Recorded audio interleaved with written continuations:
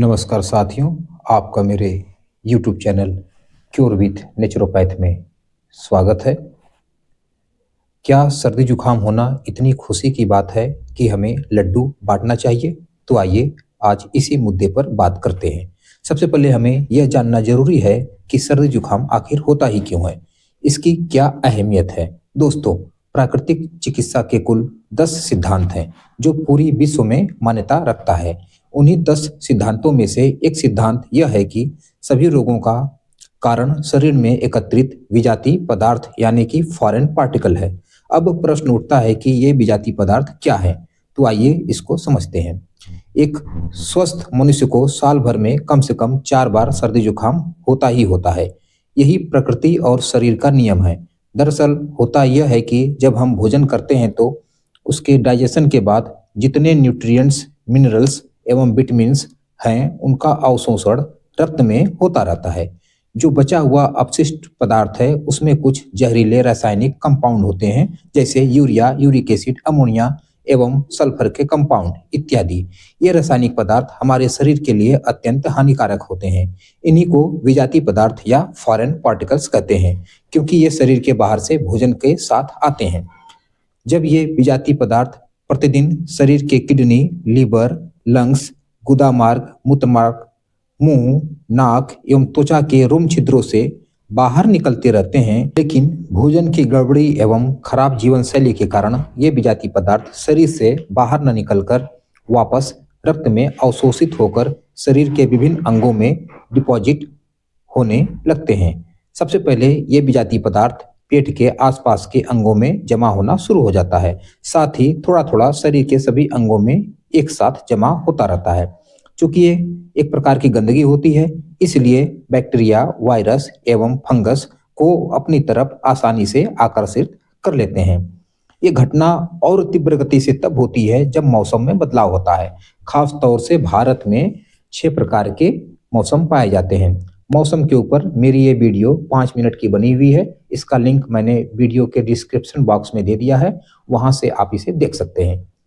जैसे ही मौसम में बदलाव होता है, जैसे कि अचानक गर्मी बढ़ जाती है या ठंड बढ़ जाती है या फिर बारिश हो जाती है, तो उस समय बैक्टीरिया, वायरस एवं फंगस का ग्रोथ वातावरण में बढ़ने लगता है। वही बैक्टीरिया और वायरस मनुष्य के शरीर में उपस्थित गंदगी या विजातीय पदार्थ की तरफ आकर्षित होने लगते हैं। ये अपशिष्ट पदार्थ बैक्टीरिया एवं वायरस के लिए भोजन का काम करते हैं, लेकिन समस्या तब शुरू होती है जब इन जीवाणुओं एवं विषाणुओं की संख्या अनियंत्रित होकर शरीर के स्वस्थ कोशिकाओं पर भी आक्रमण बोल देती हैं। यह वही समय होता है जब आपके रक्त में मौजूद WBC यानी कि व्हाइट ब्लड कॉर्पसल्स इन बैक्टीरिया एवं वायरस से लड़ने के लिए एंटीबॉडी तैयार करती हैं, जिससे शरीर की प्रतिरोधी क्षमता का कार्य करना कहते हैं। इसी दौरान दोनों तरफ की सेनाओं में भयंकर युद्ध संग्राम छिड़ जाता है। यानी एक तरफ बैक्टीरिया, वायरस होता है, दूसरी तरफ आपके शरीर की एंटीबॉडी होती है, जिसके परिणाम स्वरूप शरीर का तापमान बढ़ जाता है। क्योंकि वायरस एवं बैक्टीरिया हमारे शरीर में मुंह एवं नाक से सबसे पहले प्रवेश करते हैं और सबसे ज्यादा मात्रा में प्रवेश करते हैं। जो नाक एवं लंग्स के अंदरूनी और बाहरी जो झिल्ली होती है, जो मेम्ब्रेन होती है, उसमें इन्फेक्शन पैदा कर देते हैं, जिसके परिणाम स्वरूप अधिक मात्रा में नाक से म्यूकस, कफ एवं लिक्विड का सिक्रेशन होने लगता है। उसके साथ ही आंखों से पानी आने लगता है, छींकें आने लगती है, गले में खराबी शुरू हो जाती है, शरीर की सारी ताकत और ब्लड का सर्कुलेशन इन्फेक्शन वाली जगह की ओर तीव्रता से जाने लगती है, जिसके कारण शरीर के अन्य अंगों को ब्लड की सप्लाई कम हो जाती है।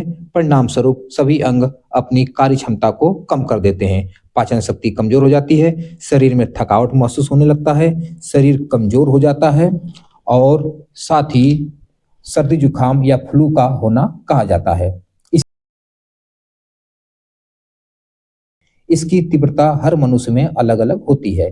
संक्रमण एवं उसके विरुद्ध शरीर की प्रतिरोधी क्षमता की लड़ाई लगभग 72 घंटे तक चलती रहती है। उसके बाद स्वतः शरीर की एंटीबॉडी सभी बैक्टीरिया एवं वायरस को मार देती है। इसमें शरीर का बढ़ा हुआ तापमान भी अहम भूमिका निभाता है, क्योंकि अधिक तापमान पर बैक्टीरिया एवं वायरस जो है सरवाइव नहीं कर पाते हैं और वे मारे जाते हैं। इस तरह से हमारा शरीर फिर से तरोताज हो जाता है, एक नई शक्ति का संचार होता है और बदले हुए मौसम में हम अपने आप को अनुकूलित कर लेते हैं। ये सर्दी जुकाम होते हैं आपके अंगों में जमा गंदगी को साफ करने के लिए, उनको शरीर से बाहर निकालने के लिए। तभी तो सर्दी जुकाम एवं खांसी खांसी में जो है शरीर के अंगों में जमा विजातीय पदार्थ कफ, बलगम एवं पेशाब के माध्यम से शरीर से बाहर निकल जाते हैं। यदि ये सर्दी जुकाम ना हो तो आपके सभी अंगों में अपशिष्ट पदार्थ का ढेर लग जाएगा। उसी तरह से जिस तरह से कूड़े का पहाड़ होता है और धीरे धीरे आपके अंग कार्य करना बंद कर देंगे और आपको blood pressure, heart attack, kidney fail, lungs की टीबी, फोड़े, मुंह में अल्सर, पेट में अल्सर, कैंसर, लीवर में सूजन, पथरी जैसी बीमारियां धीरे धीरे हो जाएगी। अक्सर आपने सुना होगा कि जिनके शरीर में कैंसर की शुरुआत होती है उनको सर्दी जुकाम नहीं होता है। यह कैंसर की सबसे बड़ी पहचान है। हमने यह भी सुना है कि जिनको पीलिया की बीमारी हो जाती है यानी जिनको जॉन्डिस हो जाता है उनको भी सर्दी जुकाम जो है नहीं होता है।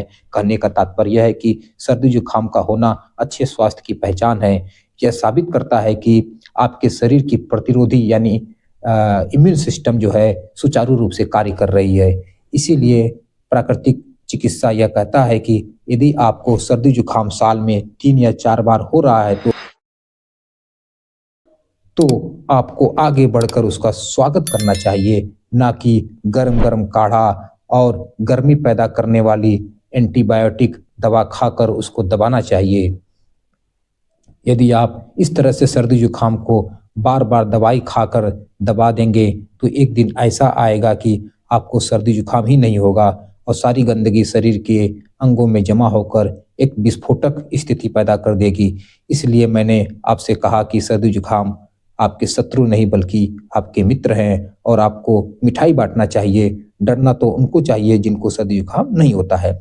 सर्दी जुकाम हो जाने पर प्राकृतिक चिकित्सा से कैसे बिना दवाई के ठीक करें, इसके ऊपर आप वीडियो चाहते हैं तो कमेंट सेक्शन में जाकर कमेंट कीजिए, मैं इसके ऊपर वीडियो ले आऊँगा।